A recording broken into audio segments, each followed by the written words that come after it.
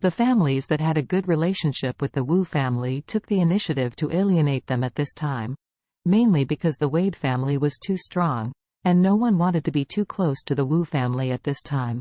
As a result, the Wu family suddenly fell into a passive position, and even because many families had to draw a clear line with them, their overall strength was also affected.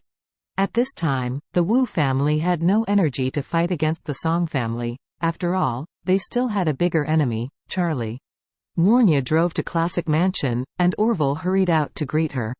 Seeing Charlie tall and handsome, Warnya beautiful and generous, Orville couldn't help but admire in his heart. This is the appearance of a golden girl and a talented girl. With Miss Song's beauty and education, looking at the whole country, there may not be anyone who can be compared. Mr. Orville respectfully invited Charlie and Warnya to the diamond box. The old and strong Song has been waiting here for a long time. Seeing Charlie coming in, Mr. Song hurriedly got up and bowed, and said to Charlie, "Mr. Wade, you are here, please move to the main seat." Charlie smiled slightly. "Mr. Song, you are the oldest, you should be on the main seat. How did you make it?" Old Song hurriedly said, "Mr. Wade is the real dragon in Song's eyes, and the main seat naturally belongs to him." Warnya also hurriedly said to the side, "Mr. Wade, Grandpa has always respected you, so just take the seat." Charlie hesitated for a while, then nodded and said, "If this is the case, then it is better for me to be respectful." After that, Charlie sat down on the main seat. At this time, Orville hurriedly said, "Mr. Wade, Mr. Song, Miss Song, you three have a good dinner. I won't bother you too much." After all, Mr. Orville carefully left the box. With no other people in the box, Mr. Song took out a golden bank card from his tailored suit pocket, raised his hands in front of Charlie respectfully, and said, "Mr. Wade, you gave me the opportunity yesterday, I am really grateful. If you don't want to report it, I prepared a bank card for you. There are billions of cash in this card. It is my little care for you. Please accept it." Charlie glanced at the bank card and said, "Mr. Song, I am not short of money. You should take this card back." Charlie was telling the truth.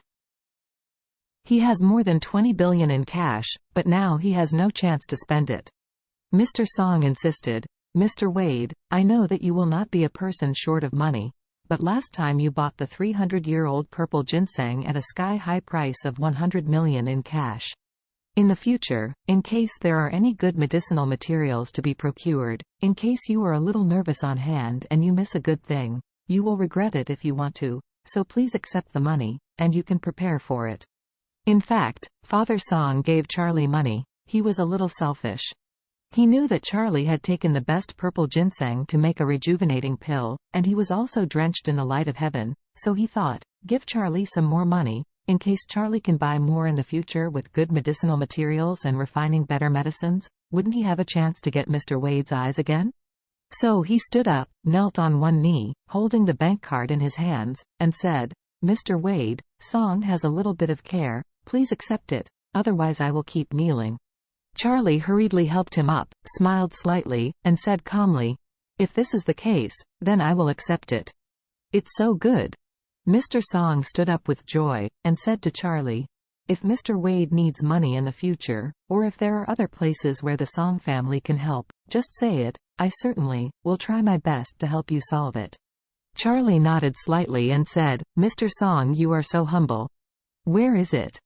Mr. Song said with great joy, "Song is fortunate to have the precious opportunity given by Mr. Wade, and naturally hopes that I can do more for Mr. Wade, and repay the kindness in the future."